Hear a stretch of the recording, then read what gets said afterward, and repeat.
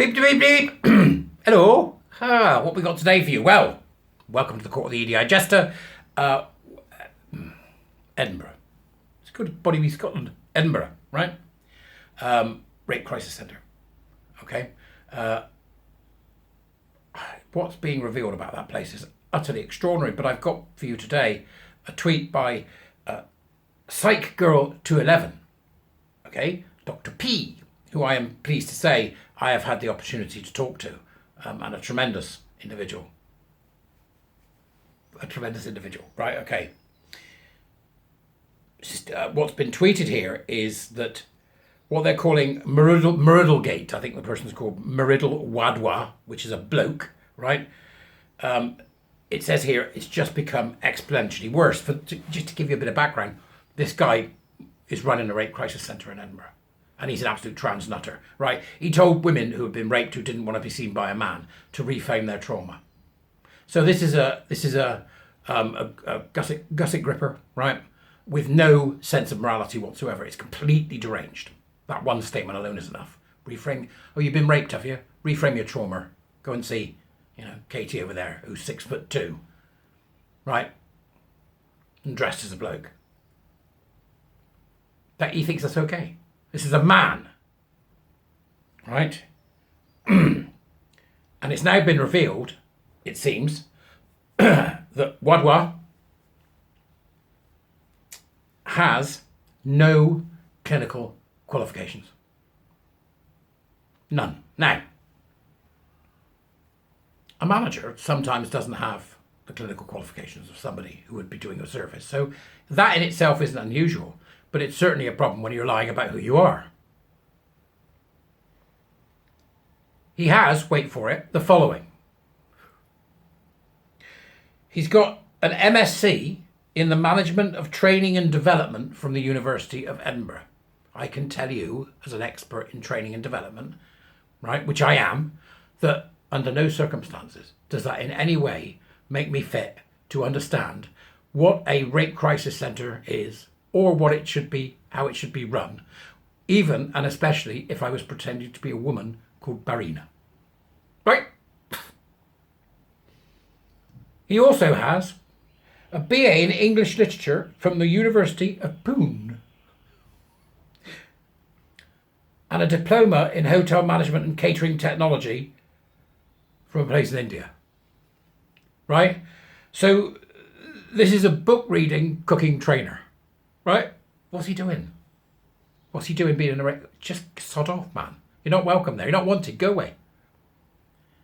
Because he wants the affirmation in it. Is that what it is? I might be right. I might be wrong. I'm happy to be proved wrong, but I think it's because he wants the affirmation. He also does not have a GRC, says Dr. P. Yet he was doing a job that was advertised as being open to women only. And instead of just a management role, he carried out regular therapeutic interventions with women who had been raped. Did those women know they were talking to a man? Did those women know? You bet. Spot my mile off, can't you, this lot? I hope so. These questions need answering. And Dr. P now poses some questions to us. What do we know? Poses some questions in a rhetorical way to get us to think about the situation. Why was a man with no clinical qualifications allowed to carry out direct work with vulnerable women? Why are you able to, so Wadwa, what makes it possible for you to carry out work with vulnerable women? Wadwa, tell me, what is it? My recipe for creme brulee. Oh, right, okay. Any other thing that you've done that also means that you can do this? I once wrote a 1 hour session on being female. Did you know? Right, okay.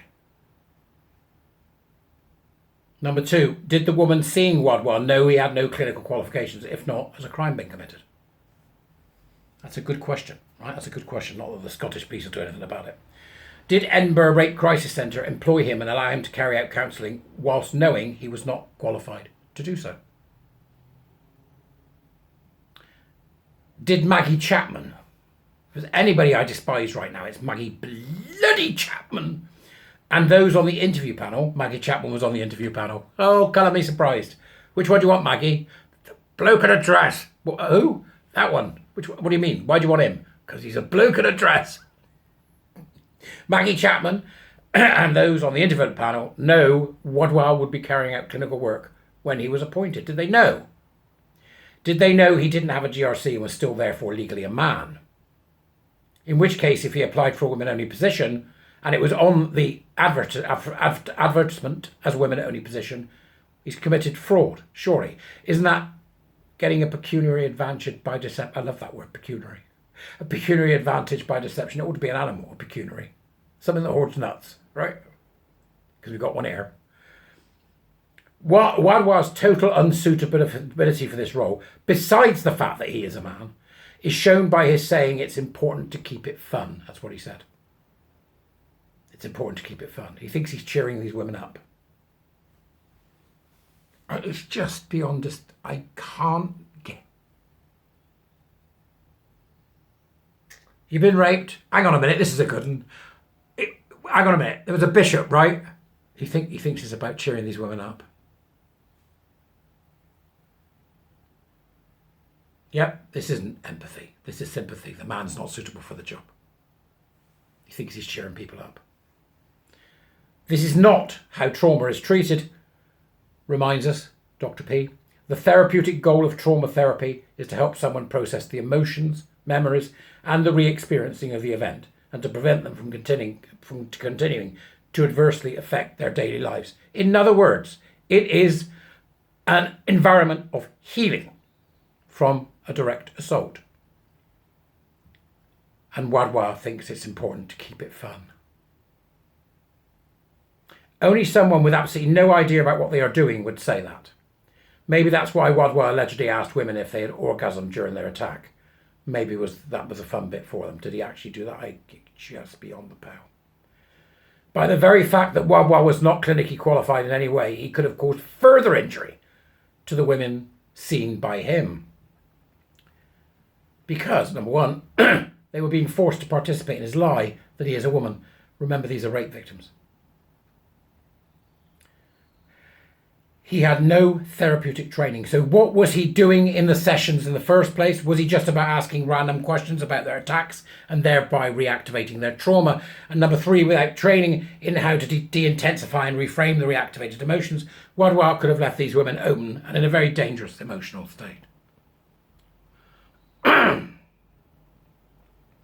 We need an urgent answer to these questions. In the meantime, Wadwell needs to be immediately removed from the job, otherwise he'll be seeing another 4 more women this week. How many women's lives has he already damaged? This is a national scandal. Both the Tories and Labour have overseen this. Scotland, has overseen this absolute mess. We need to roll back, and we need to roll back quick. That is a quite astounding story about a man who has been able to break boundaries and has been allowed to do so and encouraged to do so by Maggie Chapman and her cronies. Get him gone. This is a man who needs to leave the clinic. It's absolutely extraordinary to me that in a therapeutic environment such as that we would pamper to the deluded, lunatic idea that this bloke is a woman. That this bloke is therefore fit to run a rape crisis centre, and not just to run it, but to think it's okay for him to dip in occasionally and ask the women if they've had an orgasm, or, how do we keep it fun? What's he doing to keep it fun? Keep it fun. That's just wrong on every level. It's the only way I can describe it. Right? Wadwell, whoever you are and whatever you are, get out and leave women alone, you LARPing bloke.